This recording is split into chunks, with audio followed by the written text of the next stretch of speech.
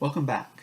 In the last video I talked about statistical significance, and I kept saying things like, you can decrease the probability of type 1 error, but there's always a trade-off. It probably won't surprise you to learn that statisticians, loving numbers as much as we do, tried to figure out a way to quantify it. And they call this statistical power, sometimes called a beta coefficient. Not a beta coefficient, a beta value. Not to be confused with the B coefficients for particular coefficients in your equation or your model. Now, intuitively, you might think power is just the complement of significance. So if a test has an alpha of 0.05 chance of type 1 error, it would have a beta of 0.95.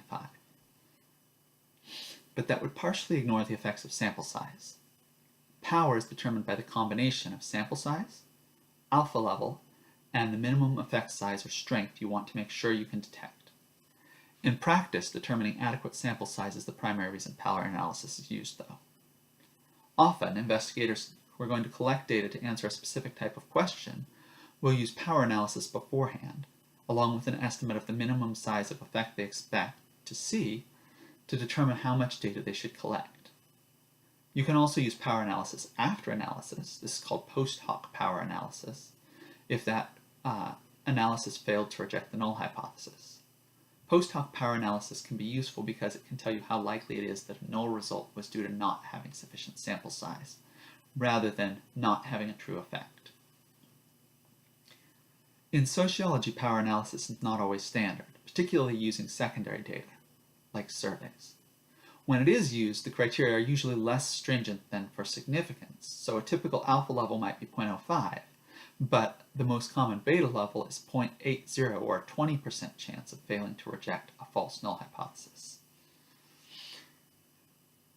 This issue of how sample size affects precision is important in understanding not only how to calculate alpha and beta levels, but also their limitations at both extremes. At the lowest extreme, there are at least two situations where large samples are very difficult to obtain, if not impossible. One is when a population is hidden, like injection drug users or participants in witness protection programs. The second is when the population is readily accessible but small. Super Bowls, states, nations of a certain type. In both of these situations, investigators often relax criteria, using, for example, a p of 0.10 or even 0.20 because of their limited sample size that makes it difficult to meet common criteria for significance. However, the scientifically correct approach is the opposite. Sample size not only affects standard error, which are included in the p calculations, but it also affects power directly. Thus, even though it can be frustrating, small samples should be treated with more caution, not less, in drawing conclusions. At the other extreme, very large samples such as the US Census also require caution with NHST. NHST answers a single statistical question. What is the probability that a difference we see in a statistic is actually an artifact of sampling?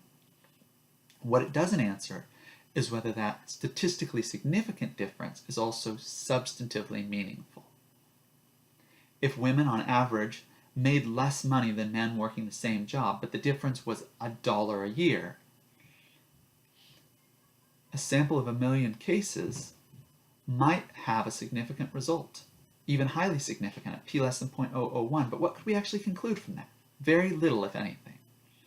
So, like many things in statistics, we need to treat sample size considerations most conservatively at the extremes of the largest and smallest samples.